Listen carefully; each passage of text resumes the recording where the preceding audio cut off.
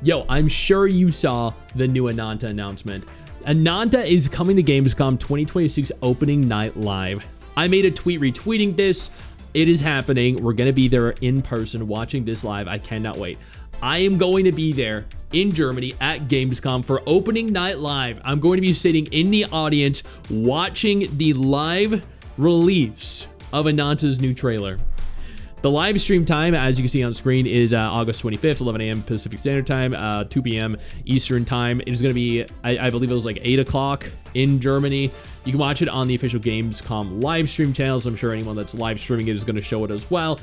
I'm going to be in the audience. And then, after all of this, I am going to have a dedicated video up on this channel, taking apart everything. I'm also going to have some other very fun Ananta related videos, but also Gamescom announcements as well. Videos of games that are just revealed at Gamescom, games that you have never seen, that you've never heard. You can expect some fun stuff on this channel over the several day Gamescom window. What I want to do today is kind of just walk you guys through Ananta, what it is, what makes it different, and explain why it's different to what you think it is. Ananta, which was formerly known as Project Mugen, is NetEase's highly anticipated free-to-play urban open-world action RPG.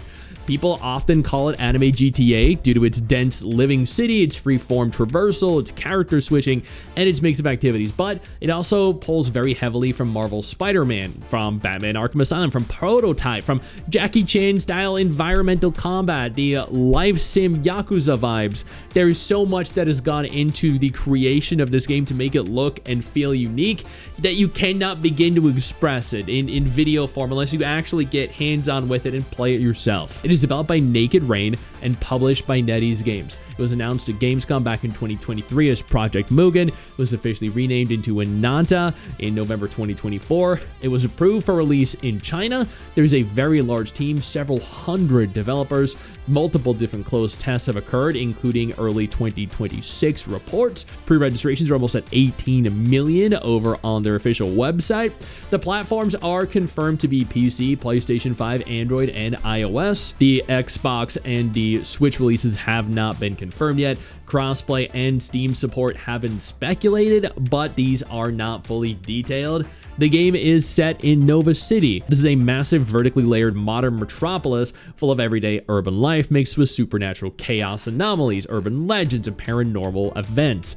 The city features accessible rooftops, mid-level interiors, street level, and underground areas. Later content is expected to expand to additional cities with different cultural inspirations. We might get stuff like China, Hong Kong, maybe Japan, or Seoul in Korea. We might get Egypt, or maybe Germany or Paris. The options here are limitless. You play as a newly appointed captain of the ACD, a special task force dealing with chaos threats. The captain is a customizable male or female avatar. Yes, there is a female. I was given merch back at TGS 2025, and I tweeted this. I was the first person to cover this with the female main character.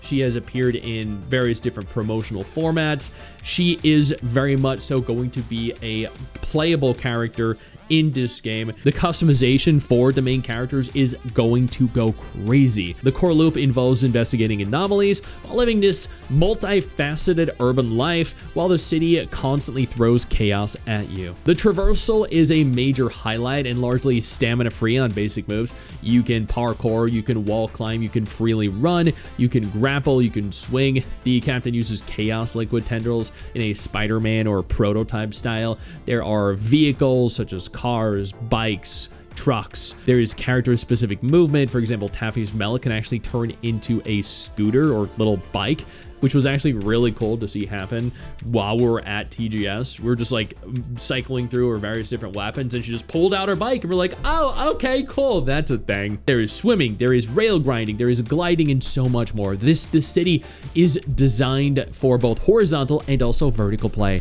You can chain rooftops, you can swing across gaps, you can drop into alleyways very fluidly. The combat is real-time action with a strong environmental focus. You can attack, you can counter, you can block.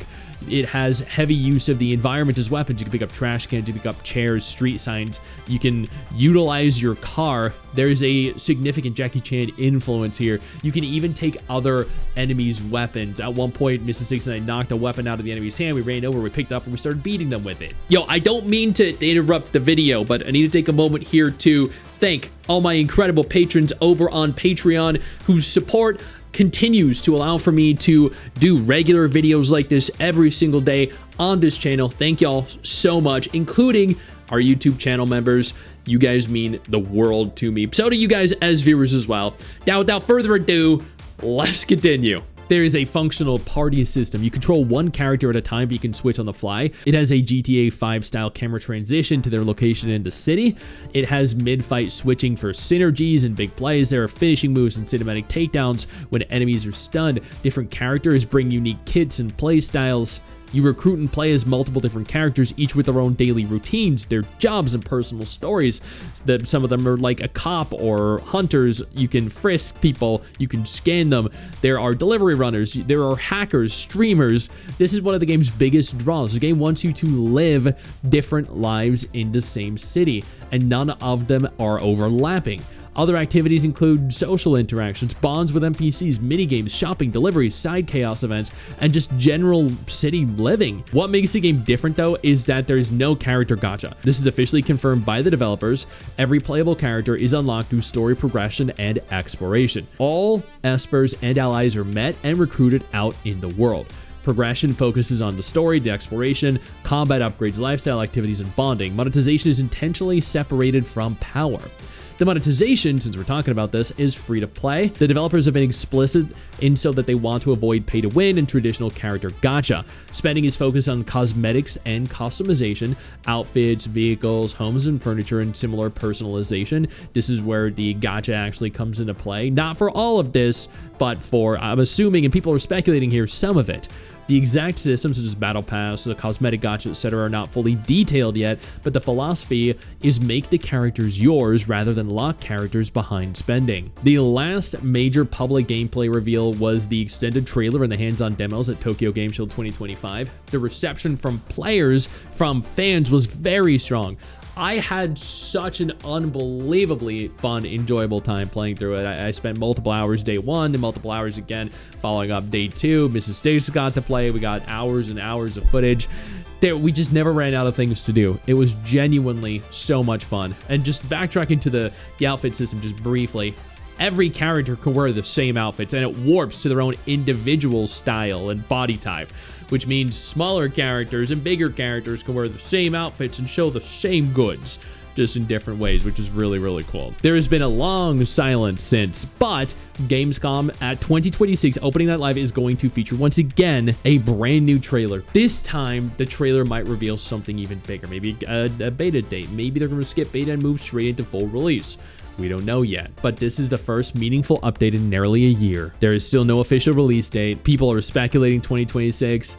I think at some point 2027. Ananta is one of the most ambitious anime-style open-world projects in development. The combination of its high production, urban sandbox freedom, plus no character gacha in a free-to-play package is genuinely unusual and potentially disruptive. Whether the final product sticks the landing on system depth, content volume, and long-term live service support remains the big question. If you haven't already and you want to pre-register for the game, you can. This video is not sponsored, but hey, I'm just letting you know. And that is what makes Ananta different. This is why I'm excited for the game, why I cannot wait to be there at Gamescom next week and bring you all the goods directly. I know you think that you just hit the end of the video, and technically, yeah, you have. And I know your first reaction is to close out of it at this juncture, but don't. No, instead, I urge you to take a moment here and click one of the videos on screen that are coming up in just a moment, so you remain up to date with everything going on in the gacha genre. Trust me, you're not going to regret doing so. Stay flaccid.